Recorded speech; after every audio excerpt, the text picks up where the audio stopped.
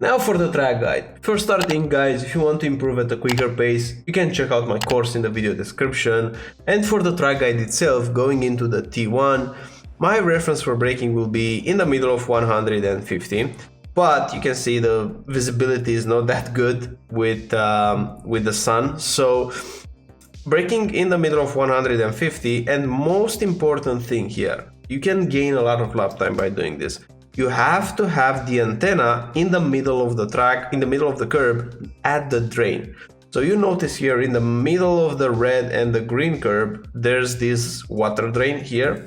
This is where you want to put your antenna. I tried a lot of time to take this corner with perfect technique, perfect inputs, but just slightly using a bit less track, it feels like centimeters. And it's 1/10 of lap time. It's crazy, it's crazy. Before starting working on your technique, first use all the track. You will find a lot of lap time on this track. So use this drain, have the antenna at turn in, and then I'm downshifting to 4th gear. Don't go to 3rd, it will kill your minimum speed. Also, I'm using the fixed setup, and within the fixed setup, the only change that you can do is the brake bias. My brake bias is set to 53.8. It gives me the right amount of rotation, but you will see in one of the corners, I'm doing a quite big mistake. So this lap is not perfect. It's 1.5 tenths in it, I feel like. But if you run very low brake bias, the rear will also be unstable. So ideally, you want to change the brake bias dynamically during the lap if you want the best amount of lap time that you can gain. But going here into this corner, it's important here to get very close to the yellow sausage curb. You can clip it slightly, it won't be the end of the world. But if you go around it and you go on throttle earlier than hitting the curb, that's gonna be like the super quick way.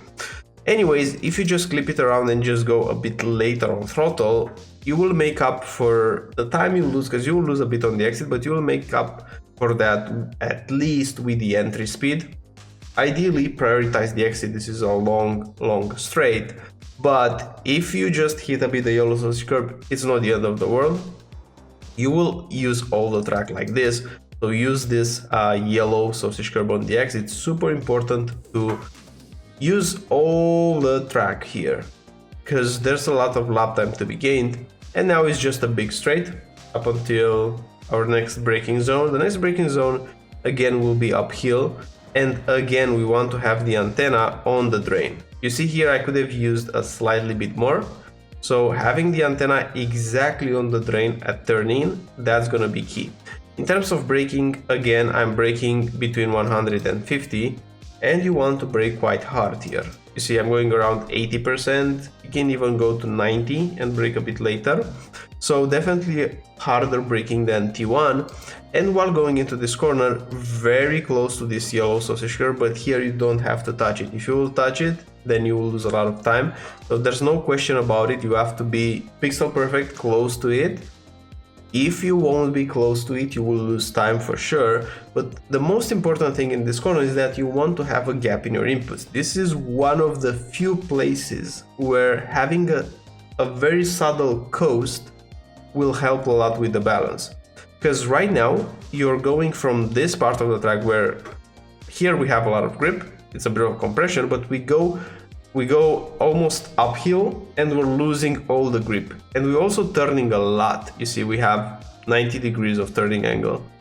Because of that, if you will be on the brakes or on the throttle, the car will be really unstable, and it's a lot harder and it's not consistent at all to do that and push it more rather than having a slight coast. The slight coast will be on average quicker.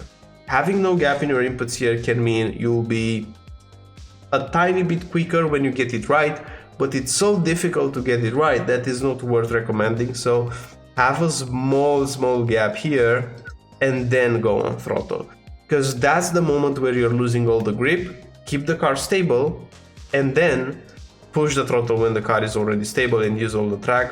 Barely brush this yellow sausage curb. This will give you a nice exit, and also you will also carry more speed, because if you're not on the brakes there, you also carry more speed. Just have to manage that rotation. Now for this corner, this is the corner where I lose all my progress though. You want to brake at the 100, and I don't want to use this part. This corner is so unstable, at least with the fixed setup for me and with the brake bias that I'm using, that I want to make it as stable as I can. So I'm not using here at all this part. You can try with it.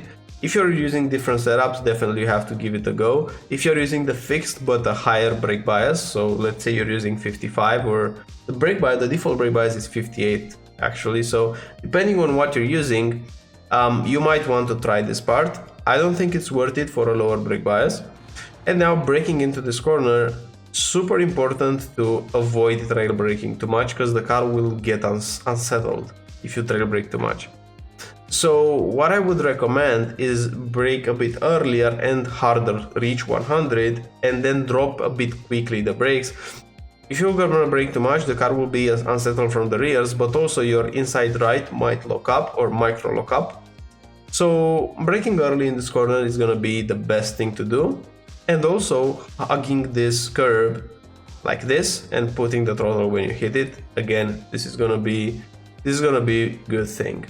Now for this corner right here, first of all, open it up by putting the antenna all the way close to the green. That's the first thing.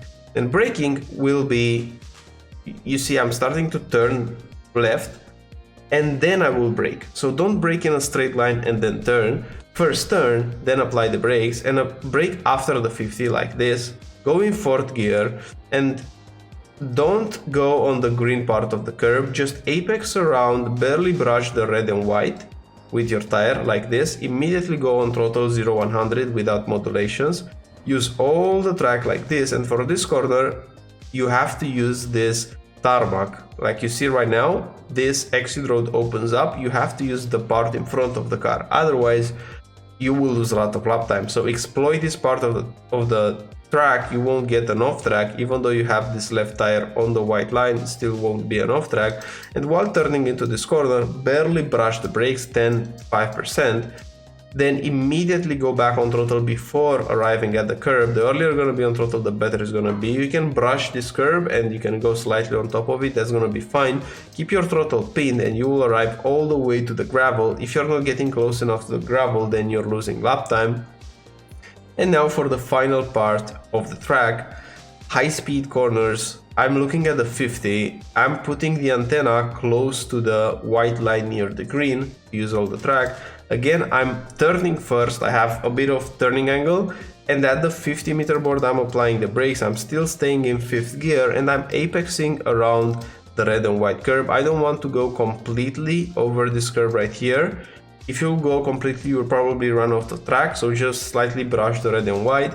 Go on throttle again, and now the off-track limit is you having your tires on, or actually having the antenna on the green, like this.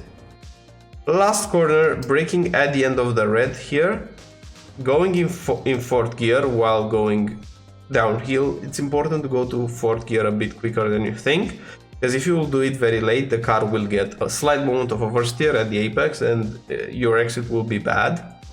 And now I'm aiming at this yellow sausage curve, so I'm trail braking up until I'm arriving to it. The moment that I feel this compression, the moment that I barely touch the yellow sausage curve, I'm putting the throttle back on. 0-100 very quickly, use all the track. If you put your left tires on the red, then it's gonna be an off track or even a slowdown, so be careful here. And in short, that's a track guide around here. Thanks for watching. Consider watching and buying the course if you want to improve. Bye bye.